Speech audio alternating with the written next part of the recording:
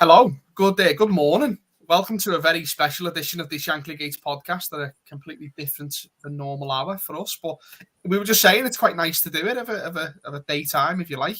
It's quite a refreshing change. I'm David, and I'm joined as ever by Kieran and Dan. Good morning, both. Morning, mate. Morning. I hope we're both doing well on this fine Tuesday morning. It's quite chilly outside, but it's not too bad. We've got loads to talk about. We'll touch on Watford first of all, and obviously we'll look ahead to Benfica and Manchester City.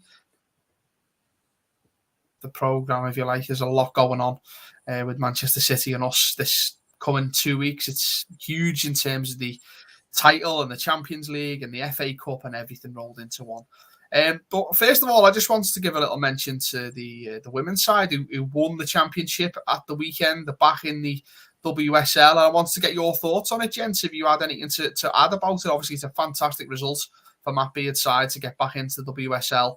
Back where, they sort of missed out, didn't they, on the big money came into the Women's Super League. Mm-hmm. They went down to the championship, missed out on all of that. So it's a great result, Kieran, isn't it, for them to get back into the WSL and hopefully kick on from there? Yeah, absolutely, mate. The WSL, they have missed it. It's been 3 years they've been out of it, and like you say, all the money got put into it. You see a lot more coverage nowadays, so for them to get back into the big time there is great, certainly great for them. Obviously, it did come as a bit of a shock when they did get relegated, because they were back-to-back winners of the WSL only 4 or 5 years prior to that. So fantastic news for Matt Beard and the club. And as we probably should change it, it's we should be on for the quintuple this season, not the quadruple. Yeah, actually, we've been talking quadruple all season. It's quintuple for us now. It'd be nice if obviously there's going to be a parade at the end of the season. It'd be nice if they can get involved in that as well. They should, get their own bus. I think that'd be quite nice. But Dan, obviously, massive to get back into the WSL. There's been more interest than ever in the Women's Super League, particularly this year. And as I say, the money that's involved in it. There was a lot of talk in the past when they did get relegated about Liverpool not really investing enough money in the women's side. Hopefully, you think that'll change now after promotion?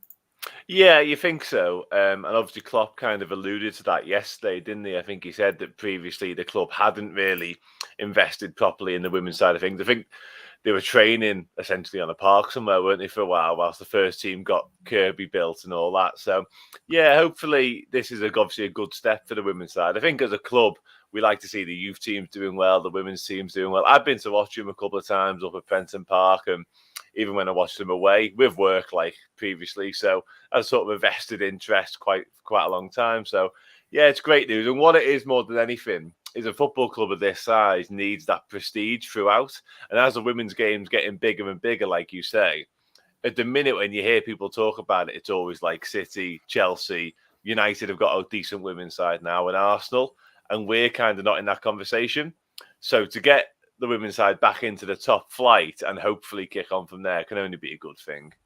100%, mate, 100%. And let's not forget, Manchester United didn't have a women's side that was very good until a few years ago. Do you know what I mean? So there's certainly an opportunity for Liverpool to do that. And as you say, Everton are one of the teams that are quite good and in and around there with the women's side. I know they sacked Willie Kirk earlier on the season, but it'd be nice to have Liverpool back up there, and hopefully a few games at Anfield next season as well in front of bumper crowd. You've seen a massive crowd at Barcelona, Real Madrid in the Women's Champions League last week or the week before. So well done to Liverpool's women's side, and let's get them on the victory parade at the end of the season. That'd be fantastic. Right, gents, let's look at Watford. Obviously, Liverpool went top of the league very, very briefly. 2 points clear with a 2-0 win against Watford. Kieran, how important do you think it was? I know, obviously, Liverpool have gone back down to second now, but how important do you think it was for Klopp's side to strike and not miss that opportunity to pile the pressure on Manchester City? Oh no, absolutely, mate. That was a must win all day long. You get a chance. I think the first time since early in the season to actually go top of the league. December, I think it was. December, yeah. You've got to take it, and I thought we did all right. I mean, going into it, I never thought it was going to be an easy game. It never is after an international break. It's always like that, but I don't. It's not arrogance, but even at 1-0, I think we're that good, and I wasn't worried at all. I was just comfortable at 1-0. Obviously, sat there in the ground, just waiting, hope for the second goal, because it'll just, it kills it off then. But even so, I thought we did all right. We were never going to blow them out the water. They've got a lot to play for, so they defended, very well. Maybe one criticism of us didn't create that, too much. But as we've done in many games this season, we've sort of just, ghosted our way through the game, because we know, certainly this month, with the games to come, we're going to need every bit of energy when we get, certainly the City games. So, no, I thought it was, pretty standard performance. Could have been better, but 2-0, 3 points, clean sheet, and we go on to the big one next Sunday. Massive one. We'll come to that very shortly. I think it's becoming a cliche, isn't it, Dan, of winning games when you don't play very well. I don't think we played badly as such, but we just didn't play at our best. And I also, to be fair to Watford, I thought they played really well in terms of having a game plan, sticking to it. They had opportunities. João Pedro could have given them an equaliser in the second half, and it wasn't offside. I think it might have been ruled out by VAR, but it's certainly no flag went up. So credit to Watford where it's due, not like Roy Hodgson to actually do something good. So let's give him a bit of praise, because we certainly didn't while he was our manager. But for you, Dan, was it a case of sort of winning ugly again? Yeah, a little bit. It was like Kieran alluded to. It was one of them games whereby we were pretty much always in control. And it felt like had we needed to, we could have gone up gears. Watching, I was there as well on Saturday. Watching, you're kind of urging us to go up gears sooner, if you like, as a fan. Klopp probably got it under control, and the players probably feel like they've got it under control. But at the same time, we've watched footy for long enough to know it only takes something freakish to happen, one slip. And I think Joe Gomez, I thought he was really good, but at one point he kind of nodded the ball into the Watford players' path and they were in on goal again. You thought, that's all it takes. And then you might only have 15 minutes to get your winner then. So it was a little bit frustrating from a Liverpool perspective, because we weren't anywhere near our fluent best. But there is this sort of burning feeling inside of me now that obviously we're on this ridiculous run of winning games, certainly in the Premier League, and we're not playing particularly well. So if we can start playing well, then who knows what we're capable of. And with what's to come, obviously we're going to speak about in a minute, we're going to have to play a lot better than we have been. But we're that good, and we're such a well-drilled side now, that I've almost got no doubts that we'll raise our game for the challenges ahead. Yeah, you'd like to think so. You'd like to think it's almost like it's a conscious decision to not take it easy, but not go 110 miles an hour when you've got 8 games this month, potentially 9 if you get past Benfica. I think the first Champions League semi-final the first leg will be in the end of May. Mm-hmm. I'd like to think it's the start of May even. I'd like to think it is a conscious decision to just sort of glide through the game and not go too mad. Certain players don't do that, the likes of Jota and Firmino, and just constant pressing all the time. But you know what I mean? As a team, it seems a little bit more relaxed. You two were both there on Saturday, right? And what I want to ask you is, Klopp was very, very vocal in the press conference beforehand about the atmosphere. He wants the best 12:30 atmosphere ever. If you don't sing, don't go, sort of thing. Did you both sing, first and foremost? And I'll come to you first, Kieran. What was the atmosphere like? Was it the best 12:30 atmosphere ever, and did it play a part? Do you know what? Probably the best in a while. Certainly where I was sat, probably the best in a while. I think a lot of the crowd did listen to what he had to say. I mean, I can only think of odd examples. I think we played Man United at a 12 kickoff a few years ago. But certainly I think most of the crowd around me, and me included, certainly, got into it, because the amount of times we've been there over the last few years, it is dead, to be honest. I'd say certainly our 12 kickoffs is just, people have been out the night before, sort of early morning. Usually you're playing against, insert bottom half team here. And the crowd's not as loud, as nowhere near like a European night. But certainly where I was sat, sort of the upper main stand, the crowd definitely reacted to what he said. So from where I was, definitely a big thumbs up on that point of view, mate. Yeah. What about you, Dan? Were you the same? Did you see a viable, real increase in atmosphere, and do you think it had an impact? Yeah, I definitely think there was an increase in what a normal 12:30 atmosphere would be like. I was going to say, Kieran took the words out of my mouth. It wasn't sort of on par with a European night, but I think that's to be expected. And Klopp was right in what he said. And I think it would have come to fruition more had it needed to. Let's just say Watford had have scored one of them chances and it had gone 1-1 with 20 minutes to go. At that point, you might have really heard the decibels go up. But I was in the Kop, and credit to the Kop, like, we went through the repertoire of songs. I don't think it ever sort of escalated into anything like extraordinary atmosphere-wise. But what the Kop did do, and what we did do, was go through songs you probably wouldn't normally hear, like some like the old classics, like European type night songs again. So like I say, in terms of noise and what it generated, probably not as great. But in terms of involvement and in terms of what was actually sung, I thought it was decent, to be honest. You were quite high up on the Kop, weren't you, from the picture that I've seen you put on I was in the media. safe standing, actually. Yeah. So up there's usually quite a good atmosphere, and I think there's an issue with the acoustics, if I'm being honest, because when you sit anywhere else in Anfield, you can't really hear the atmosphere, and you think, oh, it's dead, like, what's going on here? Yeah. But when you're up in the Kop, or even like a bit lower down, you can really hear everything that's going on in that sort of block 304, 305, 306 area. Yeah. It's quite loud on the Kop, and I just wonder if is there improvements to be made there? I know it's going to cost a lot of money just to improve the acoustics, but I just think there's something not quite right with it. Yeah, I've seen many. Yeah, you might be right. I've seen many a conversation on Twitter whereby somebody will sort of like lament or criticize the atmosphere, and then somebody else who happened to sit in the Kop that game, like, it was actually all right. So there is that discrepancy. Yeah. But when you think about when you build a new stadium now, those sort of finer details. I know Tottenham had quite a big sort of involvement in acoustics. Those finer details are part of it.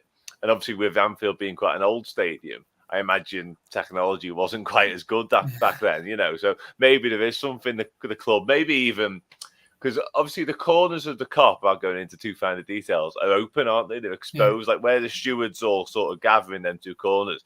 They're both like open corners. Maybe if you close them off, there might be something in that to keep the sound in. But yeah, listen, that's not for me. Yeah, we're not architects, we're not stadium designers, and obviously in the past, like, I don't think the Kop would have been much of an issue in terms of sound. Years and years gone by, when it was rebuilt into an all-seater and things like that, the Kop was always swaying and loud, and now it's not. I don't know. Maybe you need that extra, like extra 10% or whatever percent by keeping the sound in. There's definitely something there, and I would have assumed it was the roof. The roof seems to slant quite far down. I don't know whether that blocks the. I don't know. I am not a stadium designer. I don't know anything about physics or anything like that. I'm just having a guess. But on the whole, a good result for Liverpool. I thought, as I say, Watford play well, but we end up getting through. What is a must-win game, and I think every game is a must-win game now. So fair play to you two and everyone else who went, who sang and had a go. Maybe not so much to those who just sat in the seats and took a video. That's not what we want, especially not towards the end of the season. But anyway, let's look ahead then. Let's talk Benfica briefly tonight. We've got obviously the first leg of the quarter-final of the Champions League. There's been a lot of talk about Benfica, their role in Liverpool's Champions League win in 2019. That's right, in 2019? Seems like such a long time ago now. Obviously, for those who aren't aware of that, it was the B team were contacted by Julian Ward, who knew people at Benfica. They put out a team for Liverpool to play, and they mimicked Tottenham, so that Liverpool were preparing for the final because there was a bit of a gap between games. Kieran, there'll be no such niceties tonight from Benfica. What sort of game are you expecting? No, absolutely not, mate. This is it now. The big part of the competition, the last 8, and I think if we're honest, as soon as we got drawn out against Benfica, I think everyone had a little fist pump, didn't he? So I know Dan did. I know Dan did. Couldn't contain myself, could I? Perfect draw. From that point of view, definitely, I think we've got certainly the kind side of the draw, even if you look ahead to the semi-finals. But it's a game that we've got to get to. We've got to be certainly again a step up from the level we showed against Watford, because they're going to go into it. They're going to leave everything out there. So looking at it, I've actually, probably the exception of Inter Milan, I've been really impressed with how we played away from home in Europe this season. We've come up with some big results. Been patchy at times, but certainly look back at the win at Atletico, fantastic. Obviously entering the last round, but won obviously 6 out of 6 in the group. And I just think, away from home, arguably we've been a tad better than we have at home. But So I don't mind being away fair, because obviously if we don't get the results, the backers to come back to Anfield and get the turn it round anyway. I was reading a little bit into it. I believe they rested quite a few for their league game. They played Friday night against Braga, got beat 3-2. I know they've pretty much got nothing to play for. The titles between Porto and Sporting this year, so they will have had a decent rest, considering coming off an international break.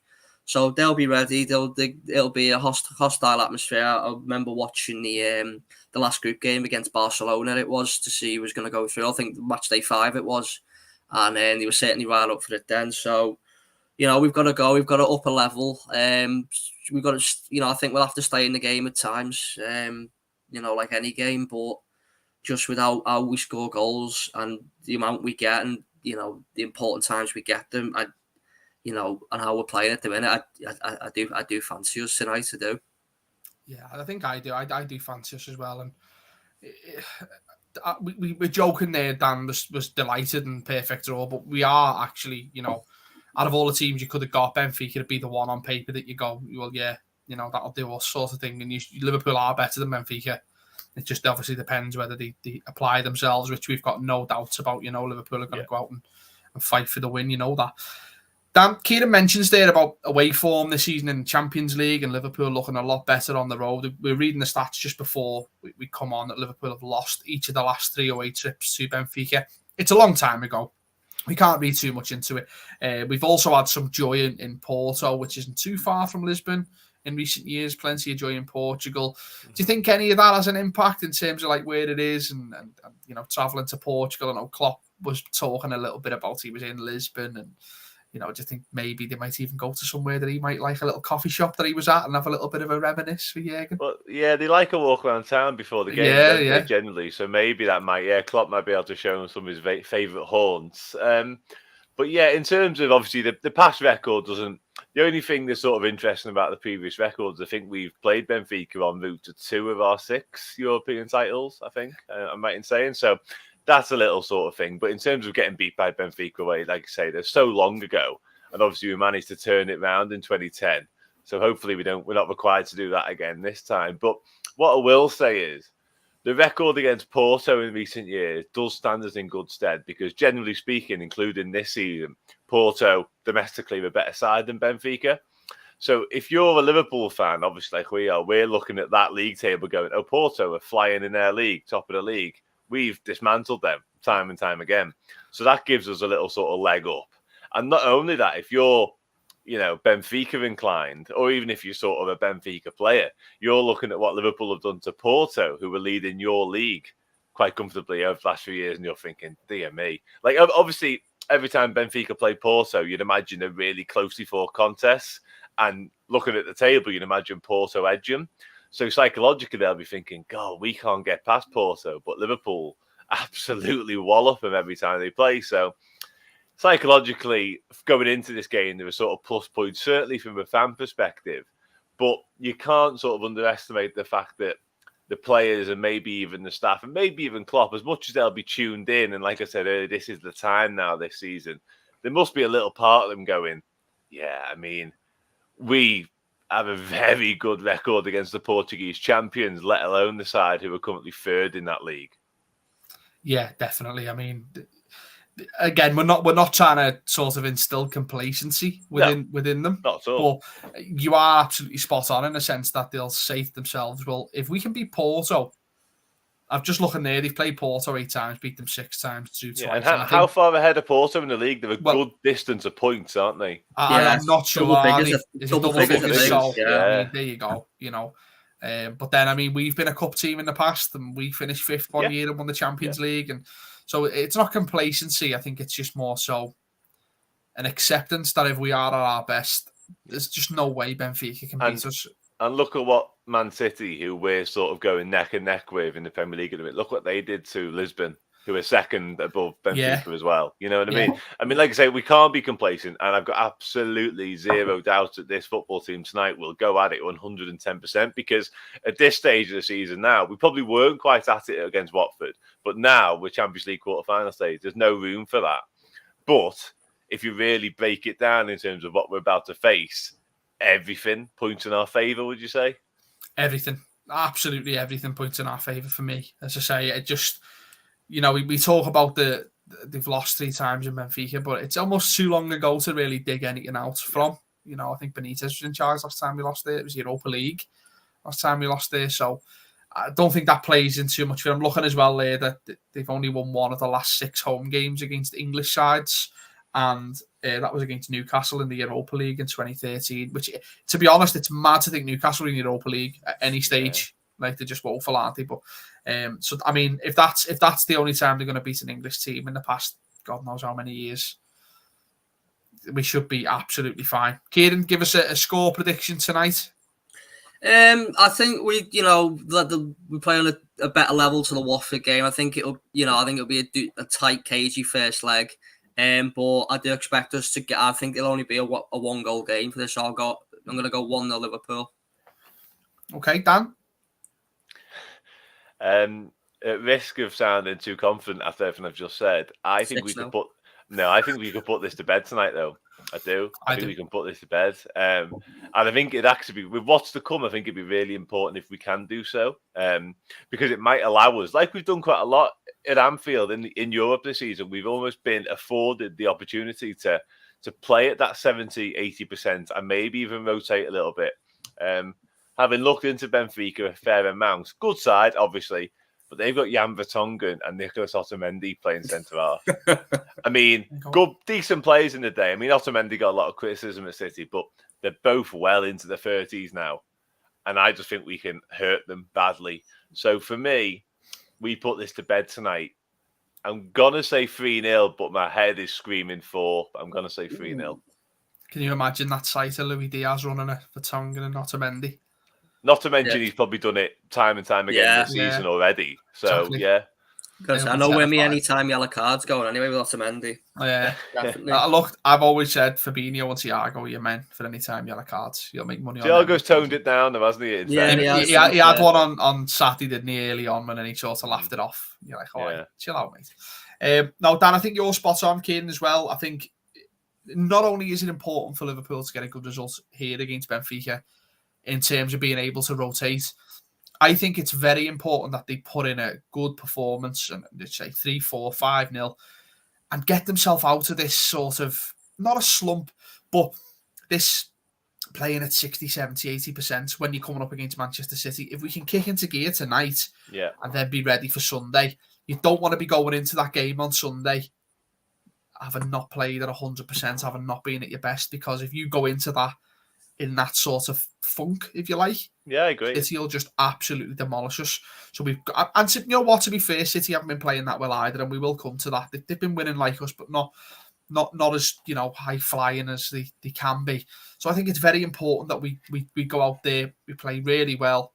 I think we'll win, but even just getting a good performance out the way and having loads of chances and defending well, I think that's more important than the actual result, because I have every faith in us coming back to Anfield and doing whatever it takes. Even if by some minor miracle Benfica beats us 1-0 or 2-1, I think Anfield will be a different story. But I do think it'll be 2 or 3-0 to us.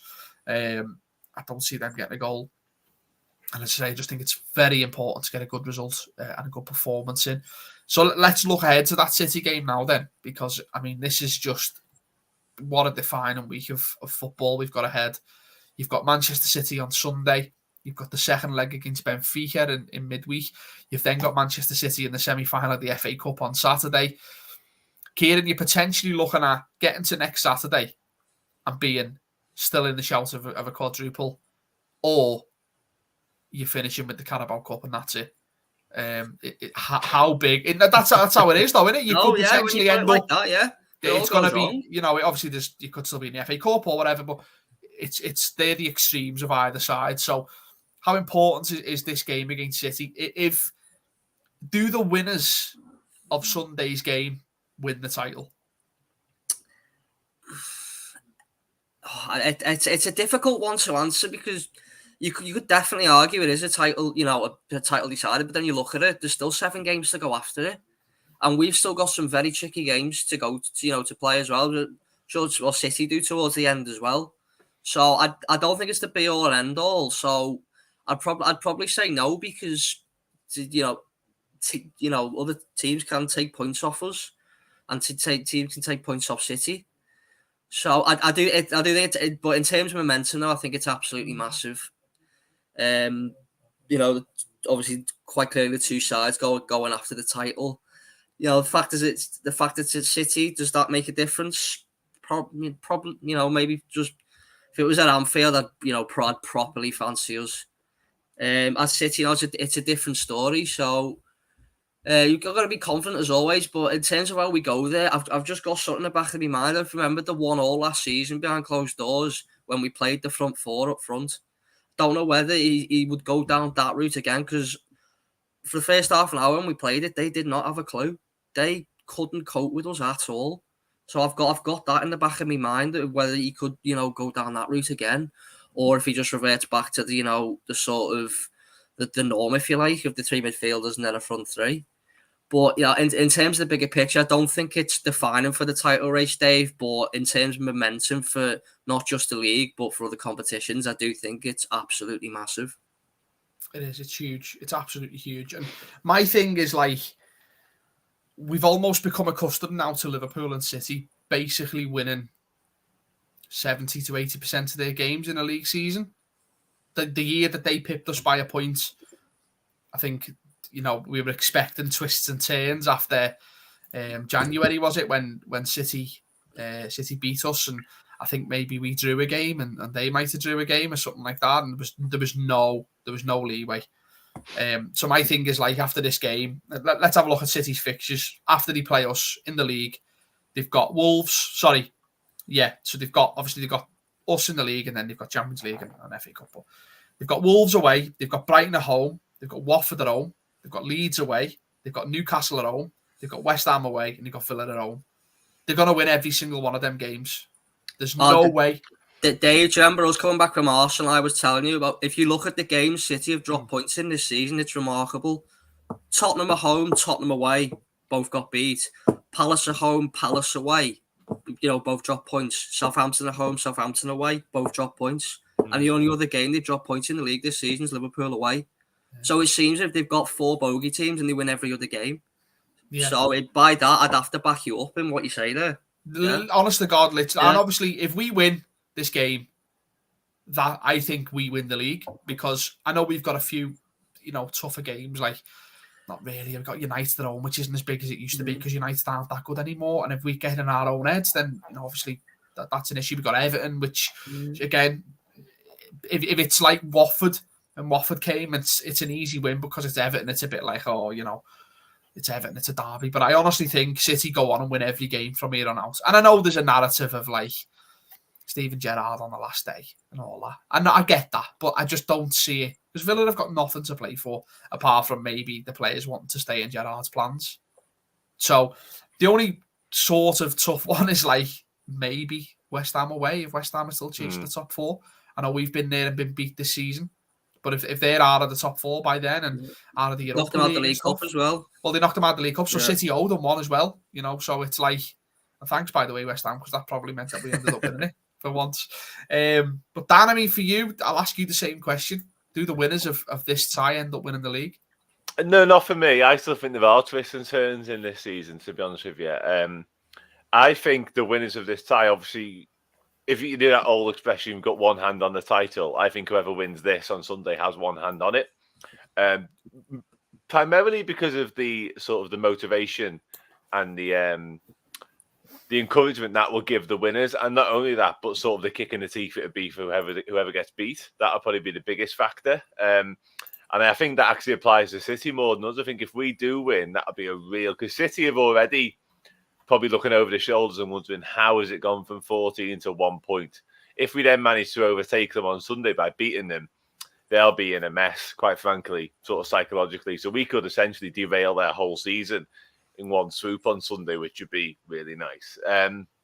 Not only that, they've obviously got a tricky tie as well this week with Atletico Madrid, because they never make life easy. Today we've seen that. You know what I mean? We've seen that. And hopefully the same applies tonight and then the second leg. But I don't know with them going on and winning every game. I think obviously in practice you are right in what you say, and that's probably the right way to look at it. That's the way Klopp will look at it. Klopp will say, City are going to win every game after Sunday, obviously. But yeah, I don't know. I just can't look past some of them fixtures. I don't think they are straightforward for a few different reasons. I think the West Ham one, because I think even if West Ham aren't in the top 4, they'll be playing for Europa League football, at least, you would imagine. And not only that Villa narrative, I know it's sort of like Hollywood script writers, but when you take into fact, obviously, Gerrard's a Villa manager, and then City bought Jack Grealish for 100 million in the summer, those two things, the Premier League has a history of not ignoring those two things, in my opinion. And if it's a case of whereby City have to win on the final day, and even a goal difference swing might even come into it, we might not be relying on Villa to beat City. That might be too far-fetched. But even if just hanging on for a draw or not getting beat by 2 clear goals or whatever it may be, anything like that would suffice. For me, Villa put in a performance that day and they don't roll over, and it would be written, wouldn't it, if it was Gerrard, the man to seal it. So I don't think it's over by any stretch. I've jokingly said that if that narrative does play out and Villa, for whatever reason, do get Liverpool, a helping hand towards the title, Gerrard should get a Premier League winners' medal, in my opinion. That'd be nice. No, I'd honestly just think, we can look ahead to that and we can talk about narratives and we can, I just think City are going to win every game and I don't think it's even close. Apart from Sunday, obviously, I'd like to think we'll go there and win. It's actually been a while since we've had a decisive victory against City. I think the last one would have been maybe 2019, 3-1. We beat them in the league. And then before that, it was only the Champions League. We beat them 3-0 at Anfield. We won 2-1 away at the Etihad. I'm trying to look at the last win at the Etihad in the league. Was it the Skirtle one? Well, I think it was Volley. Yeah. 4-1? Yeah, maybe. 4-1, yeah, 4-1. Yeah, so that's 2015 since we last won at the Etihad in the league. I mean, that's too long, even without this sort of sideshow of a Premier League title race, isn't it? Yeah, if we're being honest. Definitely is. So. And especially the improvements in the team that we've had in that period. To have only won, it was a massive game. It was a great game to win 2-1 there in the Champions League. Yeah. To have only won there once in the league since 2015 is pretty poor. It is pretty poor. So I think we need to. I think we're due a good result there, good win. And it will. For me, as I say, it will be decisive. Whoever wins that, I think, goes on to win the league. Our fixtures are quite a lot harder than City's. Let's just go through them, just for argument's sake. After City, the next game in the league is Manchester United at home. Then we play Everton at home. Then we've got Newcastle away, which might not be as bad of a game because they're not fighting for their lives. They are pretty much safe now, but they will probably be mathematically safe by the time we go there. It's an early kick-off, but I think that'll be all right. We've then got Tottenham at home, who could be fighting for the Champions League. We've got Villa away, Southampton away, both in a week. Villa away is a Tuesday night, Southampton away is a Sunday night. And then Wolves at home on the last day of the season, which brings back sort of bad memories as well from the year they were winding everyone up saying Brighton had scored. And the first time they had, but then the second time they hadn't. But this time, could you imagine it being like in our favour? I think that's written as well. The fact that Wolves again at home and it goes in our favour this time would be just so sweet. Because as we said before about the Etihad, when they beat us that year, I think that was like January. It was a lot earlier on in the season. But when they beat us, I remember being there and it was like they'd won the league then. And they basically did because they just went on a hell of a run from there and pretty much won every game. They might have even won every game. I can't remember, to be honest. And now on the flip side of it, as you say, Wolves at home. You've got to go to the Etihad and get a win, and you potentially then go top. Like it's massive. And although I'm not as 100% confident of us winning every single game as I am City's, I'd swap fixture lists in a heartbeat because their fixtures are just so easy. It's unbelievable on the running. I just think it's massive. Dan, let's have a go on, Kieran. You've got something to say. No, I was only going to say, obviously, if we do win this weekend, we do have a 2-point lead, so we could actually, because of our superior goal difference, we can afford to draw one game. So we'd have that on our side. You don't want to leave it to goal difference, though, do you? Good God, can you imagine that on the last day? Who did I say City had on the last day? We'd have a lead of about 10 if we win this weekend, which I think Well, I think what is it, 5 or 6 points? Is it? It's 5 or 6 goals at the minute? Is it 7 goals? Is it something like that? But it'd be if we win this week, and it'd be at 8, least another 2 swing. So, I know, but I'm just if it had to come to it, we could afford to draw a game. Let's not look too far ahead. We've got to win on Sunday. That's the main thing. Let's get through that. We've got to win on Sunday. If we go to the Etihad on Sunday, I think even if we draw, I don't think it's enough.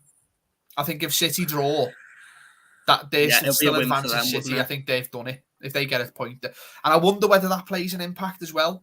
Guardiola, if he sort of thinks we only need a point, because I'd like to think he'd think we'll win all of our other games. We've just got to get a point at least here. If we just get a point. I'm not as convinced by them. I must admit, no, I'm really not. I don't know what it is. I'm just not sold on them this season at all. They haven't been playing well. No. They've been doing very similar to us, where they've been playing quite, not poor, but not at the best. And still picking up results. It's probably because we watch Liverpool every single game, so we can see when we're sort of playing in that second or third gear. Whereas obviously you see City's results and sort of kind of their performances, and you think, okay, not convincing. But like I say, I've just not been convinced at all. And I can't look past their Champions League sort of hopes and ambitions and difficulty scuppering what might happen, because that's going to play a factor. It always has done historically.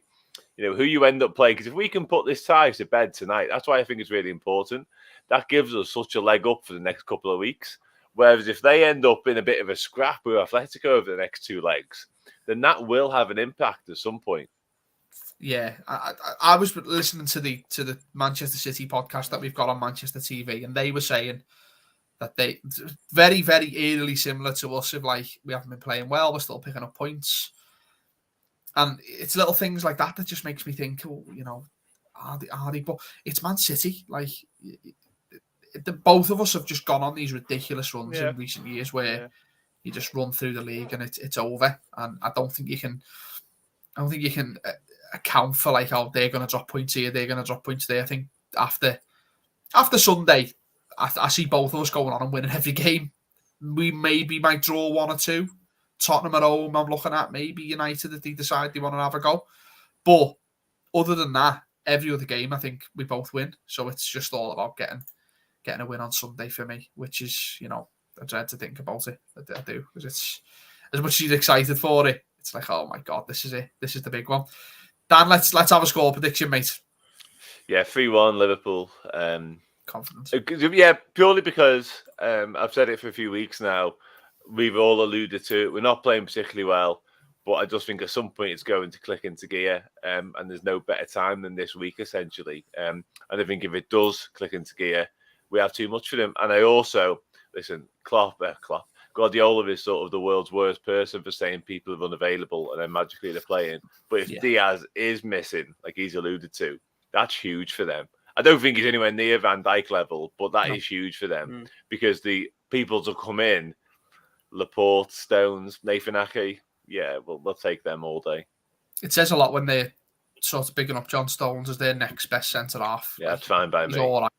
It's not great. He's like Harry Maguire bracket, isn't he? Okay, Kieran, go on then. Yeah, I'm trying to work it out. I'm trying to think what we do, because the big games this season, United, Chelsea, Spurs away, we've just gone for it from the first minute. We sort of put 5 past United, put 2 up against Chelsea early on. So don't know if he changes or not. I don't know. It's either really cagey and we nick it 1-0, or I can just see absolute chaos, just goals, raging in at either end, and I don't know why. So I can't really give 2. I'll probably go for I'll go for another cagey 1-0 away from home win, but it wouldn't be surprised if it was like a 3-2, 4-2, 4-3. I know Sky would love that, but but no, I'll go with another cagey 1-0. I think that's it's going to be sort of a slow, painful death week, but we'll get through it. Just I'm going to go for what Sky wants, and I reckon 3-2 Liverpool. And as you say, I think we'll start well and get a couple of goals and sort of shock them a little bit to the point where they're going to have to chase us. Maybe 1 or 2 goals up, and I think we'll end up winning it 3-2. Surely, we've got to win this game. Surely, because the amount of times in recent years that City have beat us, like, as I say, that one in 2018, 2019, starts 2019, just haunts me. Just haunts me to this day. And the whole Firmino with the ball getting cleared off the line, and, you know, that title race that year where they pipped us, you know, surely it's our turn. That's fair, isn't it? Do you know what I mean? Can we be fair about it? Can we be fair about it, please? Football's never fair, though. That's how football works, isn't it? Yeah, that's, you know, 50-50 booking and all that. Let us have a go. So yeah, 3-2, I think. But it's got to tell you what, this time next week when we do a podcast, well, maybe not this time next week, but to an extent this time next week, we could effectively either be pretty much champions of the Premier League or done. Or done. I honestly think the winners go on and win it. I do. That's what I think. I do. I think certainly if City win or get a draw, I don't see us. It's not that I don't see us catching them. I don't see them dropping points from then on. That's my issue with it. And then you potentially maybe 1 foot in the Champions League semi-final or not as well next week. So something to look forward to. We've had a comment here from Limo, I think. Would you rather the League or Champions League? Hasn't watched the podcast before. We're winning everything, mate. The quadruple is coming. It's been coming since, when did we say? December? Mid-December? Late December, yeah. So, you know, every single trophy is coming this season. It's going to be a hell of a parade. Gentlemen, thank you for your time this afternoon, for this morning as well. Really appreciate it. It's been a pleasure as ever. Enjoy the Benfica game. Try to enjoy the City game as much as possible. It's going to be very hard to enjoy that game. But thank you for your time, and I will catch you both soon. We'll probably be back either probably Monday or Tuesday again next week, because the game is late on Sunday. Probably won't be back in time for the podcast later on. So Monday or Tuesday next week, we'll see you all again. But until then, have a good week. Enjoy, and bye-bye.